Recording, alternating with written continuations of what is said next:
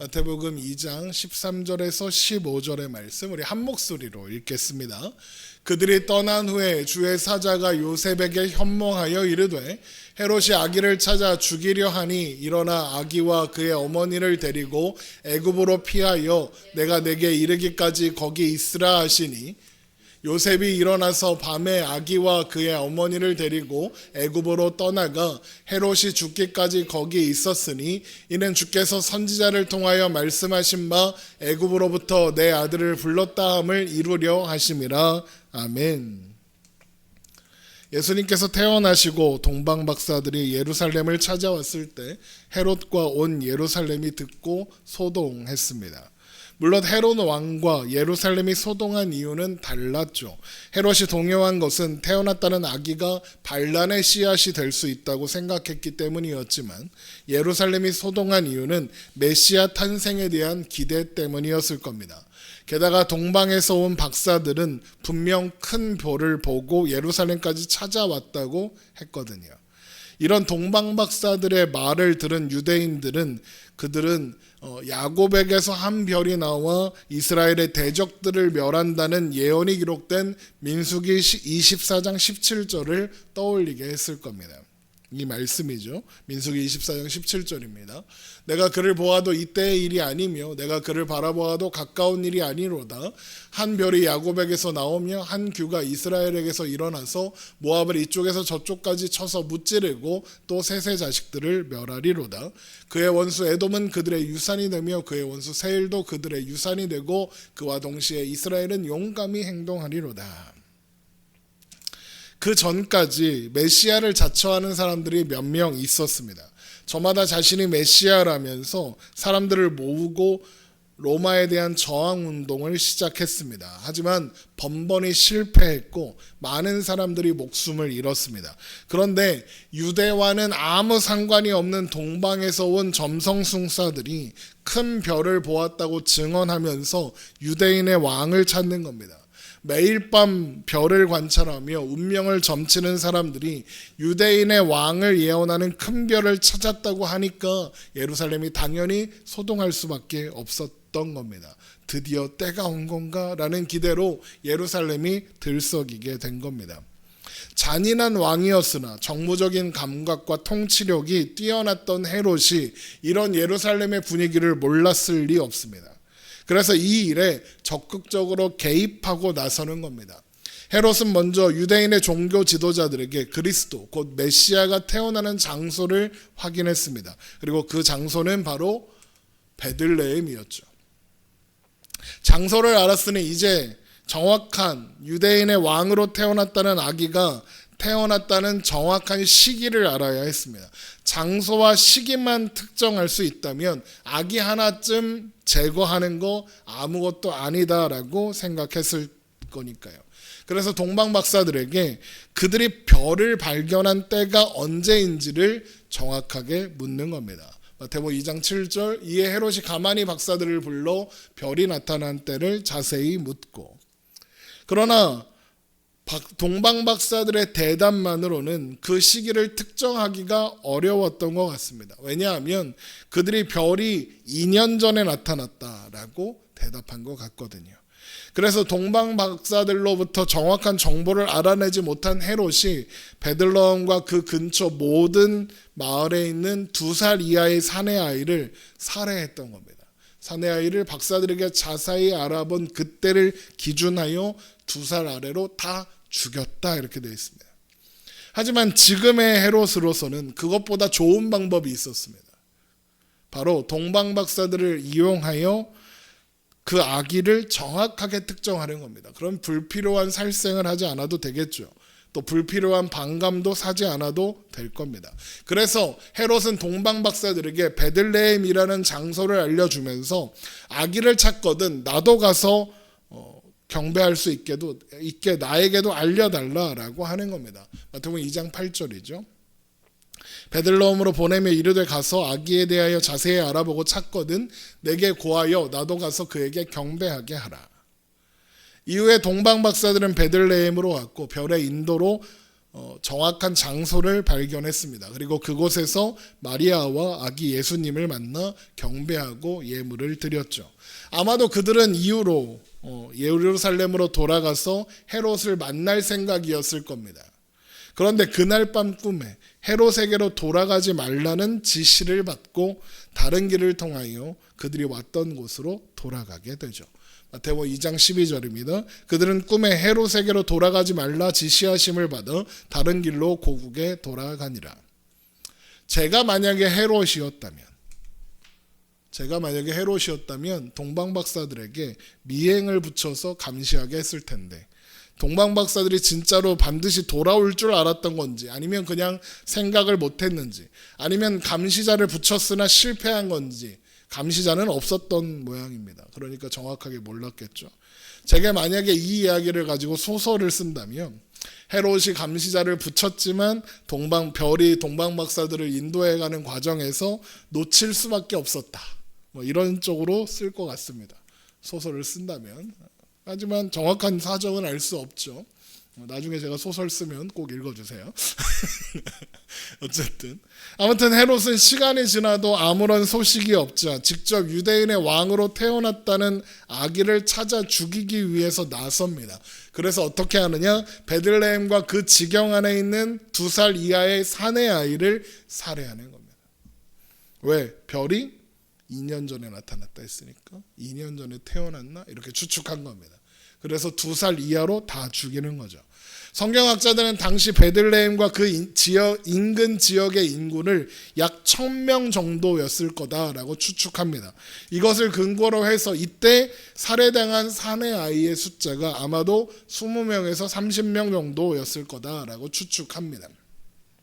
몇 명 안 되나 이렇게 생각이 될 수도 있지만, 같은 기준으로 같은 퍼센테이지로 안산에 대입하면 12,000명 죽은 겁니다.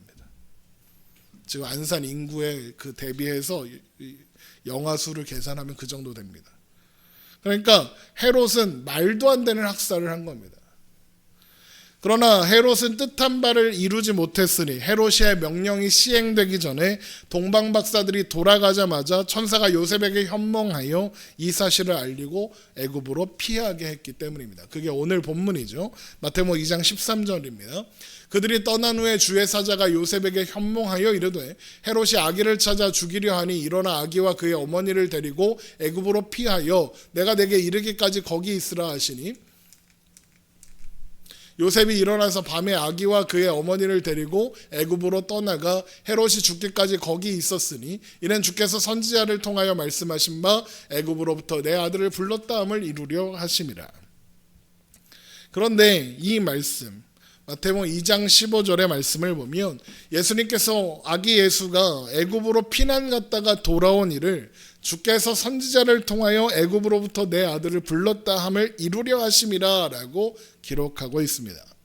그러니까 마태복음은 이 사건, 예수님이 애굽으로 내려가게 되신 이 사건이 구약에 예언된 사건의 성취다라고 말하는 거죠.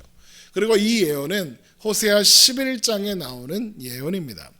그런데 이 내용을 살펴보기 전에 우리가 기억해야 하는 것이 있습니다. 그게 뭐냐? 구약의 예언의 성취는 그 구절 하나에 어떤 뜻이 있다기보다는 그 구약 구절이 있는 구약 전체를 집약해서 그 대표되는 구절을 하나 인용한다는 겁니다. 그래서 우리는 마태복음이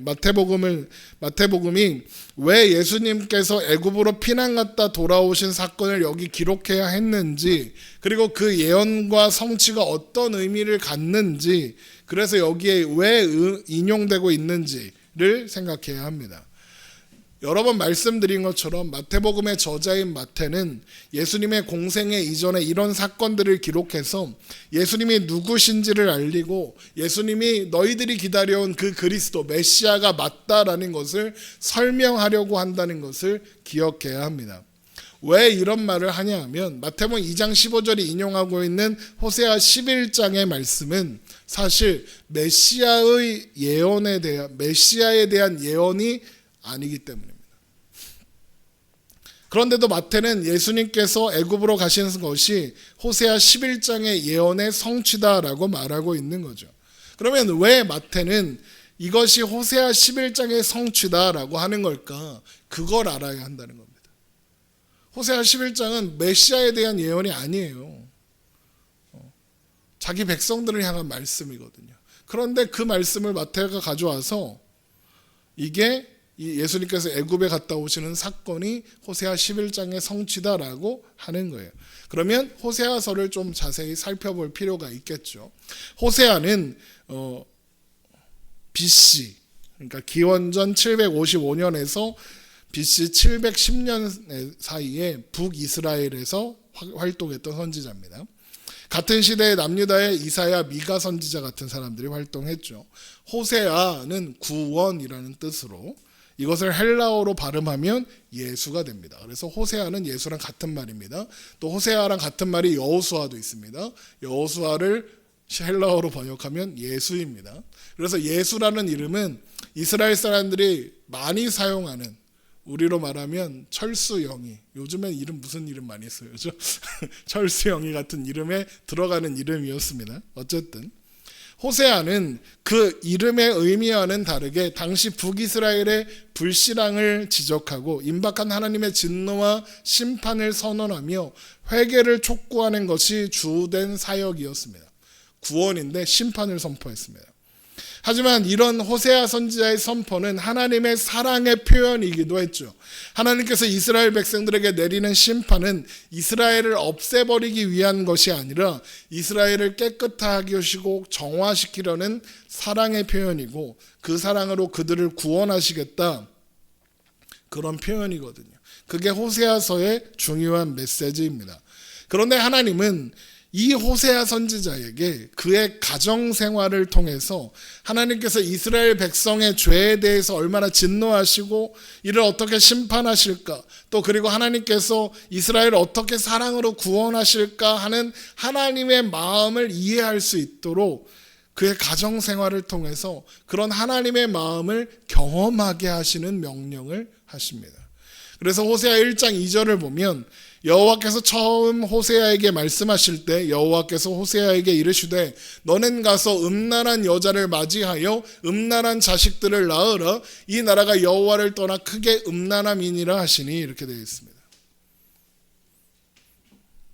하나님께서 호세아 선지자에게 하나님 앞에서 불신앙과 불순종으로 떠난 이스라엘에 대한 하나님의 슬픔과 아픔을 경험하라고, 호세아야 너 음란한 여인을 데려다가 결혼해라 라는 명령을 받는 겁니다. 그래서 결혼하는 사람이 고멜이라는 사람이죠. 호세아 1장 3절 이에 가서 디블라임의 딸 고멜을 맞이하였더니 고멜이 임신하여 아들을 낳으며, 이렇게 되어 있습니다. 호세아 선지자는 고멜과 결혼하여 아이 셋을 낳지만 이 여자는 새 아이를 낳고 남편을 버리고 도망갑니다. 다른 남자들과 살다가 노예가 되기까지 합니다. 그런데 하나님의 명령을 받은 호세아가 다시 아내를 사오고 다시 아내를 맞아 새로운 가정을 꾸리라는 명령도 받게 됩니다.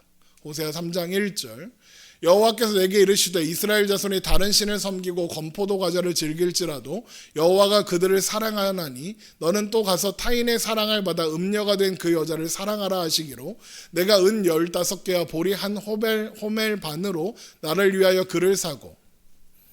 그러니까 고멜은 호세아와 결혼하기 전에도 이미 음란한 여인이었고 결혼한 후에도 음란한 여인이었으며 아이 셋을 낳은 다음에는 도망가서 또 다른 남자와 살다가 노예 시장에 나온 걸 호세아가 데리고 왔다는 거예요.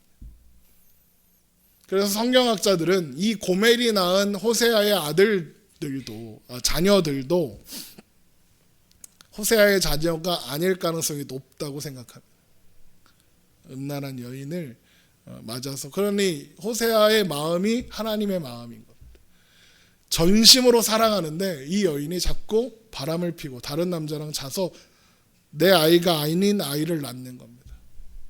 그러니까 호세아는 이런 일련의 사건들을 통해서 사랑하는 아내가 자기를 버리고 배신하는 그 아픔을 경험하면서 하나님께서 이스라엘 백성들의 범죄함에 대하여 어떤 마음을 갖고 계시는가, 그리고 동시에 그 아내를 버리지 못하는 사랑이 아내를 다시 사오게 하고 다시 가정을 회복하게 하는 노력으로 이어지는 것처럼 하나님께서 이스라엘 백성에게 무엇을 요구하시고 무엇을 이루려고 하시는가에 대한 이해를 하게 되는 겁니다. 그러니까 호세아는 그 삶을 통해서 하나님의 마음을 처절하게 배우는 겁니다. 그렇게 하나님께서 이스라엘의 배신에 대하여 가지는 아픔에 대하여 호세아 선지자는 같은 감정의 경험을 하게 된 거고, 그 속에서 하나님께서 이스라엘 백성들을 어떻게 다루신가 하는 예언을 경험하게 되는 겁니다. 그리고 그 예언이 이렇게 시작됩니다. 호세아 1장 4절. 여호와께서 호세아에게 이르시되 그의 이름을 이스르엘이라 하라. 조금 후에 내가 이스라엘의 피를 예후의 집에 갚으며 이스라엘 족속의 나라를 패할 것임이라. 그날에 내가 이스라엘 골짜기에서 이스라엘의 활을 꺾으리라 하시니라. 이스라엘은 북이스라엘에 있는 지명입니다. 이스라엘은 평원으로 이것이 처음 등장하는 게 그 유명한 아합 왕조 때였습니다. 우리가 열왕기를 살펴보면서 확인한 것처럼 아합은 하나님 보시기에 가장 악한 왕으로 손꼽히는 사람입니다. 그래서 하나님은 그런 아합이 불신앙과 죄로 인해서 그의 부하였던 예후로 하여금 반란을 일으켜 아합 집안을 멸하게 하셨습니다. 그리고 그 뒤에 예후가 왕이 되어 새로운 왕조를 시작하게 되죠. 바로 그때 아합의 아들로 왕위에 있던 요람과 그의 어머니 이세벨이 죽은 곳이 이스라엘이었습니다. 열왕기하 9장 21절. 요람이 이르되 메우라 하매 그의 병거를 메운지라. 이스라엘 왕 요람과 유다 왕 아하시야가 각각 그의 병거를 타고 가서 예후를 맞을새 이스라엘 사람 나봇의 토지에서 만남에 요람이 예후를 보고 이르되 예후야 평안하냐 하니 대답하되 내 어머니 이세벨의 음행과 술수가 이렇게 많으니 어찌 평안이 있으랴 하더라. 요람이 곧 손을 돌이켜 도망하며 아하시야에게 이르되 아하시야여 반역이로다 하니 예후가 힘을 다하여 활을 당겨 요람의 두 팔 사이를 쏘니 화살이 그의 염통을 꿰뚫고 나오매 그가 병거 가운데 엎드려진지라. 자, 그런데 호세아 아까 읽었던 호세아 1장 4절에서 5절에서 뭐라고 했습니까? 여호와께서 호세아에게 이르시되 그의 이름을 이스라엘이라 하라. 조금 후에 내가 이스라엘의 피를 예후의 집에 갚으며 이스라엘 족속의 나라를 패할 것임이라. 그날에 내가 이스라엘의 골짜기에서 이스라엘의 활을 꺾으시리라 하시니라 했습니다. 여기에서 내가 이스라엘 골짜기에서 이스라엘의 활을 꺾으리라 라고 하신 말씀은 예후가 요람에게 활을 쏜 일, 그걸 얘기하는 겁니다. 예후가 아합 왕조를 쳐서 엎었던 그 일을 하나님께서 갚아주시겠다는 겁니다. 예후의 잘못을 심판하시겠다는 겁니다. 그래서 이스라엘의 피를 예후의 집에 갚겠다라고 하시는 거죠. 그리고 예후의 왕가를 심판하겠다라는 말은 북이스라엘을 심판하신다는 말이 되는 겁니다. 내가 이스라엘 골짜기에서 이스라엘의 활을 꺾으리라 라고 하신다는 겁니다. 그래서 호세아 선지자가 하나님의 명령으로 얻게 된 아내 고멜에게서 나온 첫 아들의 이름을 이스라엘이라고 하는 겁니다. 이건 예후의 반역과 이 반역이 있을 수밖에 없었던 아합 왕가의 불신앙을 심판했지만 계속 불신앙을 이어가는 예후의 왕과, 그러니까 북이스라엘을 심판하겠다라는 것을 상징적으로 예언하고 있는 거죠. 그러니까 심판하시겠다는 겁니다. 또 호세아 1장 6절에 고멜이 또 임신하여 딸을 낳음에 여호와께서 호세아에게 이르시되 그의 이름을 로루하마라 하라. 내가 다시는 이스라엘 족속을 긍휼히 여겨서 용서하지 않을 것임이니라 라고 했습니다. 호세아의 딸의 이름을 로루하마라고 짓는 이유가 뭐랍니까? 내가 다시는 이스라엘 족속을 긍휼히 여겨서 용서하지 않을 것임이니라 라고 했습니다. 여기에서 루하마는 긍휼을 베푸다인데 쉽게 말하면 예쁘게 여긴다 이런 뜻입니다. 이뻐한다, 이쁨 받아라 이런 뜻입니다. 그런데 거기에 로가 붙으면 부정문이 됩니다. 그러니까 로는 우리가 쓰는 안 예뻐, 못생겼어 이렇게 되는 겁니다. 그러니까 로루하마, 예쁘게 여김을 받지 못한다가 되는 겁니다. 안 예쁘다 이겁니다. 너 싫다 이겁니다. 또 이어지는 8절을 보면 고멜이 또 아들을 낳는데 그 이름이 로암미입니다. 호세아 1장 8절 고멜이 로루아마를 젖된 후에 또 임신하여 아들을 낳음에 여호와께서 이르시되 그의 이름을 로암미라 하라. 너희는 내 백성이 아니요 나는 너희 하나님이 되지 아니할 것임이니라. 암미는 나의 백성이란 뜻입니다. 그러면 로가 붙어서 너는 내 백성이 아니다 이런 뜻이 되는 거죠. 이렇게 호세아는 이스라엘, 로루하마, 로암미 이렇게 세 자녀를 얻게 된 겁니다. 그런데 그 이름들에는 모두 하나님의 마음이 담겨 있습니다. 어떤 하나님의 마음이냐? 북이스라엘아, 이스라엘아, 너희가 나를 배반하고 불신앙의 길을 걸어왔으니 내가 너희를 이뻐하지 않겠다. 너희는 더 이상 내 백성이 아니다. 너희는 이제 멸망할 거다. 이게 호세아의 자녀들의 이름에 드러나 있는 하나님의 마음인 거예요.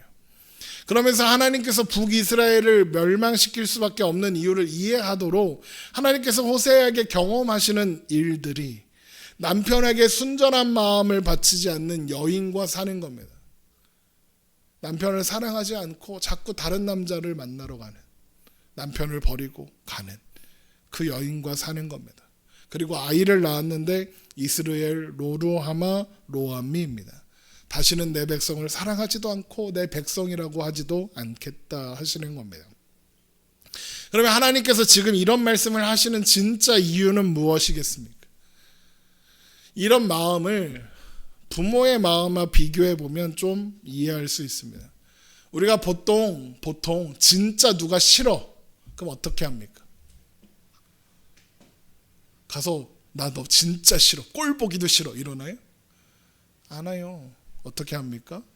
그냥 손절합니다. 따라가서 내가 너 죽일 거야, 너 그렇게 자꾸 까불면, 너 그렇게 자꾸 말 안 들으면 혼나, 이런 말 안 합니다. 그냥 손절합니다. 싫으면.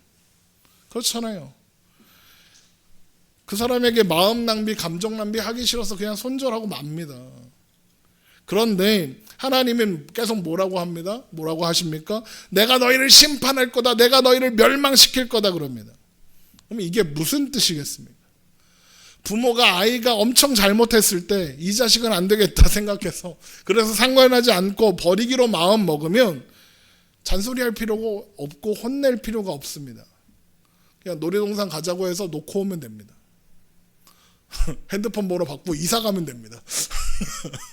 그렇잖아요. 그냥 버리면 돼요.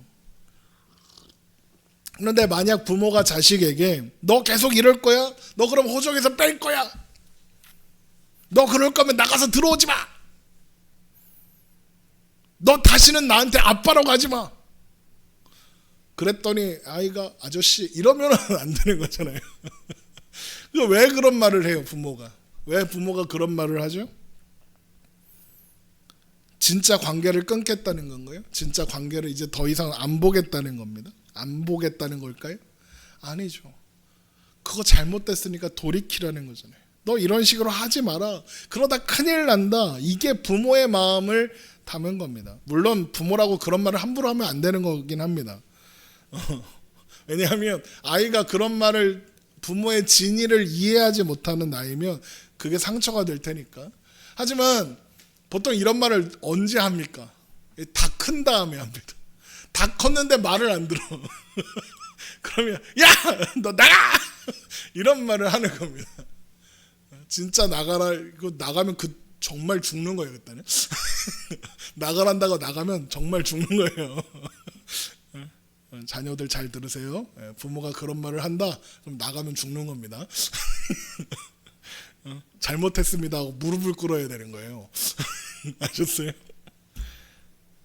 아무튼 그런 것처럼 호세아서는 시작만 보면 이스라엘은 정말 끝장인 것처럼 보이지만 사실 이스라엘이 심판받을 수밖에 없는 이유를 지적하고 회개를 하라고 촉구하는 내용인 겁니다. 그런 맥락에서 오늘 마태복음이 인용하고 있는 호세아 11장이 나오고, 호세아 11장이 마태복음 2장 15절 헤롯이 죽기까지 거기 있었으니 이는 주께서 선지자를 통하여 말씀하신 바 애굽으로 내 아들을 불렀다 함을 이루려 하심이라의 성취인 겁니다.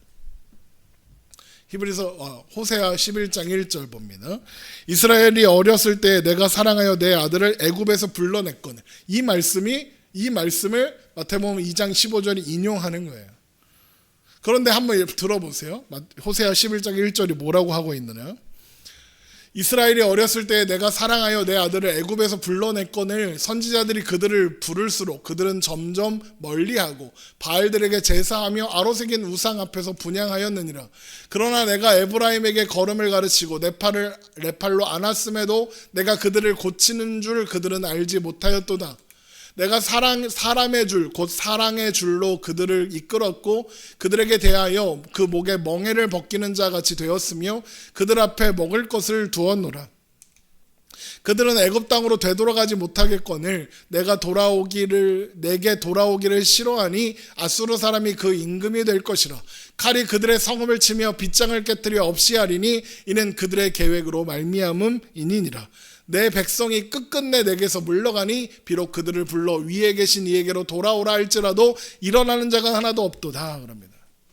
먼저 호세아 11장 1절에 이스라엘이 어렸을 때 내가 사랑하여 내 아들을 애굽에서 불러냈거든 라고 하셨습니다. 이 말씀은 이스라엘을 선택하시고 출애굽하시는 그 사건을 말하는 겁니다. 그러니까 이거 무슨 말이냐. 이스라엘은 내가 만든, 내가 낳은, 내가 구원한 내 백성인데 내 아들인데 그 다음에 하는 말이 뭐예요? 말을 안 듣는다. 내 아들인데 말을 안 듣는다. 그래서 어떻게 하겠답니까? 내가 아수르를 통해서 그들의 불순종과 불신앙의 죄를 그 죄에 대하여 벌을 받게 하겠다 그러는 겁니다. 그게 지금 호세아 11장 7절까지의 이야기인 거예요. 혼낼 거야. 벌 줄 거야. 그러는 거죠. 그런데 그렇게 말씀하시고는 뭐라고 그러시느냐. 호세아 11장 8절에 에브라임이여 내가 어찌 너를 놓겠느냐. 이스라엘이여 내가 어찌 너를 버리겠느냐. 내가 어찌 너를 아드마와 같이 놓겠느냐. 어찌 너를 스보임같이 두겠느냐. 내 마음이 내 속에서 돌이키어 나의 국률이 온전히 불붙듯 하도다. 내가 나의 맹렬할 진노를 나타내지 아니하며 내가 다시는 에브라임을 멸하지 아니하리니 이는 내가 하나님이요 사람이 아님이라.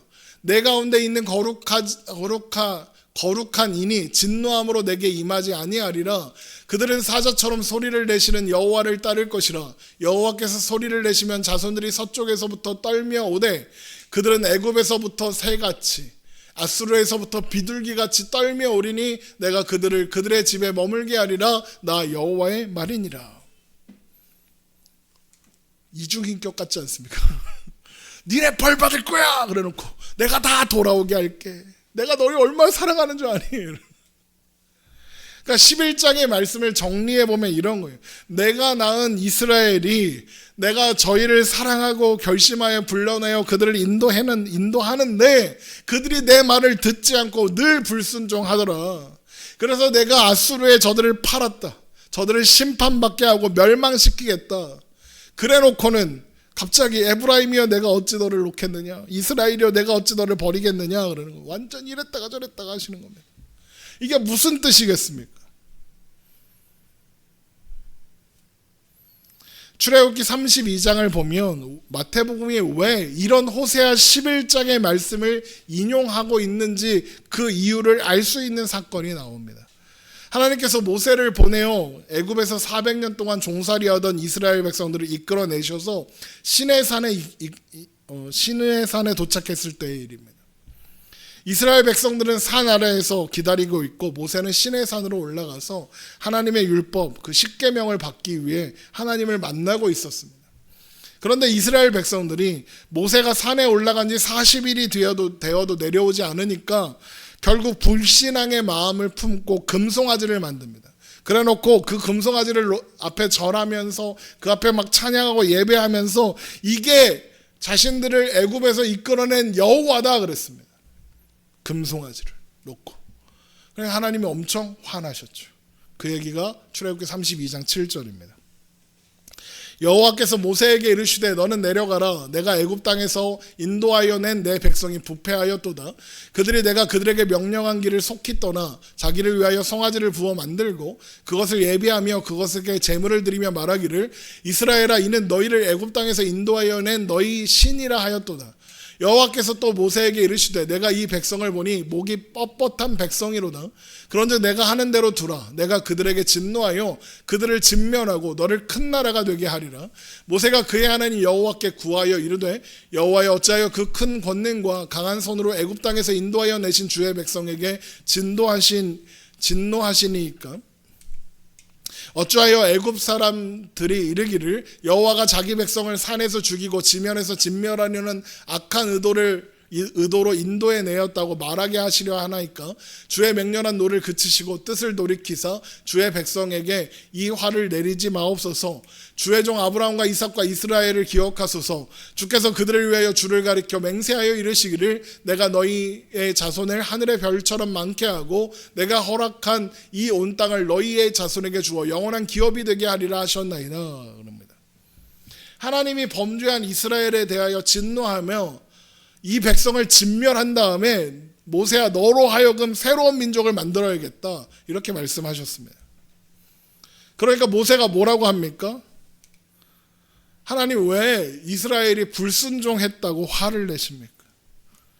하나님 이 백성이 다른 이들보다 뭔가 특별하고 신실해서 선택하셨나요? 또 언제 하나님이 아브라함과 이삭과 야곱에게 약속하실 때 어떤 조건을 가지고 어떤 맹세를 요구하셨습니까? 아니잖아요. 하나님의 뜻과 신실하심과 사랑과 능력이 이스라엘을 하나님의 백성으로 만든 이유시지 않았습니까? 언제 이스라엘이 어떤 열심과 어떤 순종을 보여서 어떤 신실함을 하나님께 보여서 그걸 근거로 삼아서 하나님이 그들을 사랑하신 적이 있습니까? 라고 모세가 말하는 거예요. 그러니까 모세는 하나님의 뜻을 알고 하나님의 마음을 제대로 이해한 말을 하는 거죠. 하나님의 마음은 정말로 멸망시키는 게 아니라는 거예요. 그러니까 모세가 어떻게 합니까? 모세가 그렇게 기도하니까 하나님이 어떻게 하십니까? 그 뜻을 돌이키고 벌은 내리시지만 진멸하지는 않으십니다. 이것이 출애굽기 32장의 사건입니다. 바로 이거예요. 하나님께서 이스라엘을 호세아 11장 1절에서 뭐라고 부르셨습니까? 내가 사랑하는 내 아들이라고 하셨습니다. 이게 모든 조건입니다. 이스라엘은 자신의 능력이나 조건으로 하나님의 백성이 된 것이 아니라 하나님의 사랑과 뜻으로 하나님의 백성이 되었습니다. 그들이 하나님의 백성이 되기 위해서는 책임이 있고 하나님 마음에 합당해야 하지만 이건 하나님의 백성이 되기 위한 조건이 아니라 하나님의 백성으로 부름을 받았으니 해야 하는 책임인 겁니다. 내 새끼니까 내 말을 들어야 되는 겁니다. 그런데 그게 근거가 돼서 내 새끼로 삼은 게 아니라는 겁니다. 그리고 그걸 마태복음은 애굽에서 내 백성을 불렀다 하시는 말씀이 예수님을 통해서 성취되는 거다라고 하시는 거예요. 이게 뭔 얘기냐? 예수님의 탄생과 애굽으로부터의 피난과 기환이 호세아 11장 1절의 성취로 보는 마태의 의도가 뭐냐? 우리를 부르시는 하나님, 우리를 찾아오시는 하나님은 세상에 하나님의 뜻을 대적하는 반대 세력에 대해서 관심이 없다는 겁니다. 하나님의 관심은 오직 내 아들, 내가 사랑하는 우리에게만 있고 우리의 부족함과 불신앙과 불순종과 부패함을 극복하사 우리를 부르신 그분의 부르심의 신실하심과 사랑과 은혜와 능력이 근거가 되어 우리를 하나님의 백성으로 만드는 일, 그것에만 관심이 있다는 겁니다. 그리고 그걸 이루려고 예수님을 보내셨다는 거예요. 여러분, 이게 기독교 신앙이 가지는 다른 종교와의 어떤 차이점, 어떤 신비함 같은 겁니다. 기독교는 구원이라는 결과에 이르는 것에 우리가 가진 조건과 근거가 아니라 모든 조건과 근거를 하나님께 두고 있습니다. 우리가 뭘 잘해서 구원받지 않습니다.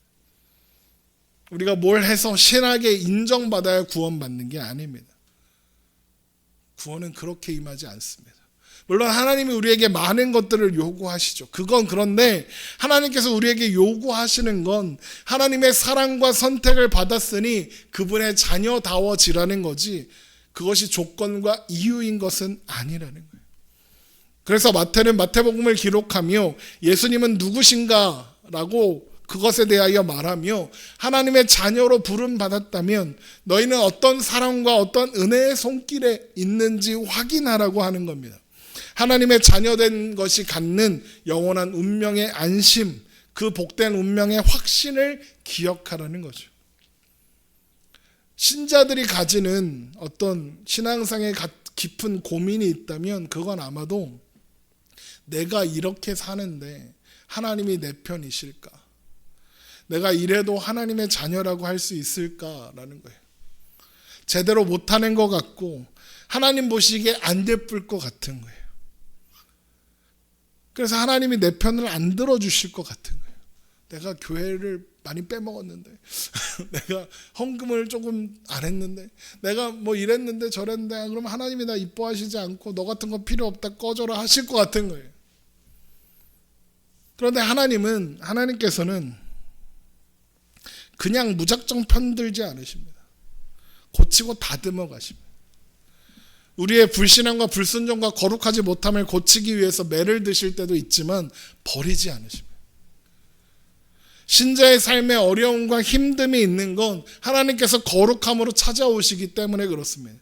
우리의 모자람과 연약함을 하나님이 외면하지 않으시니까, 버리지 않으시니까 하나님이 우리에게 그런 일들도 허락하시는 겁니다. 그러나 그것은 결국 사랑의 손길이라서 결국 우리를 완성의 자리, 영광의 자리에 이르게 할 겁니다. 그것이 바로 예수님의 탄생에서 가장 중요하고 확실하게 드러나 있는 것, 그것을 호세아 11장의 이 말씀을 가져다가 말하려고 하는 거예요. 하나님이 너희를 사랑하신다. 하나님이 너희를 고치기 원하신다. 로마서 8장 31절입니다. 그런즉 이 일에 대하여 우리가 무슨 말을 하리요? 만일 하나님이 우리를 위하시면 누가 우리를 대적하리요? 자기 아들을 아끼지 아니하시고 우리 모든 사람을 위하여 내주시니가 어찌 그 아들과 함께 모든 것을 우리에게 주시지 아니하겠느냐? 누가 능히 하나님께서 택하신 자들을 고발하리요? 의롭다 하신 이는 하나님이시니 누가 정죄하리요? 죽으실 뿐 아니라 다시 살아나신 이는 그리스도 예수시니 그는 하나님 우편에 계신 자요 우리를 위하여 간구하는 자시니라. 누가 우리를 그리스도의 사랑에서 끊으리요? 환난이나 공고나 박해나 기근이나 적신이나 위험이나 칼이랴. 기록된 바 우리가 종일 주를 위하여 죽임을 당하게 되며 도살당할 양같이 여김을 받았나이다 함과 같으니라. 그러나 이 모든 일에 우리를 사랑하시는 이로 말미암아 우리가 넉넉히 이기느니라. 내가 확신하노니 사망이나 생명이나 천사들이나 권세자들이나 현재일이나 장래일이나 능력이나 높음이나 깊음이나 다른 어떤 피조물이라도 우리를 우리 주 그리스도 예수 안에 있는 하나님의 사랑에서 끊을 수 없으리라. 만일 하나님이 우리를 위하시면 누가 우리를 대적하리요? 자기 아들을 아끼지 아니하시고 우리 모든 사람을 위하여 내주시니가 어찌 그 아들과 함께 모든 것을 우리에게 주시지 아니하겠느냐입니다.